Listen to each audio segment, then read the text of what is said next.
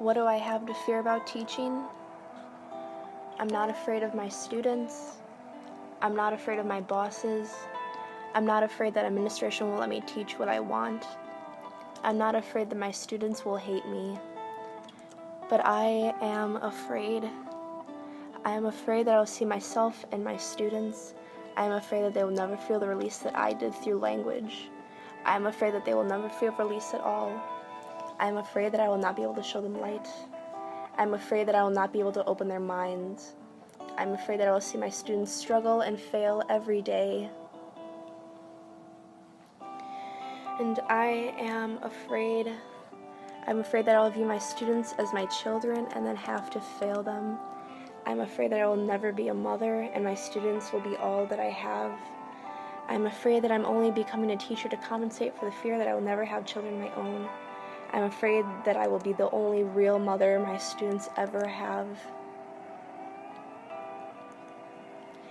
And I am afraid. I'm afraid that I'll show my students love and compassion and they will reject it. I am afraid that I will teach students who don't believe me when I tell them I care about them and they can talk to me. And I am afraid. I'm afraid that my students will look up to me when I am wrong. I'm afraid that I will teach my students the wrong philosophy. I'm afraid that I will teach them to follow orders rather than think for themselves. I'm afraid that my students will find that my desire for them to contradict me odd. I'm afraid that I will teach them to be just like me. And I am afraid. I'm afraid that my students will be just like me.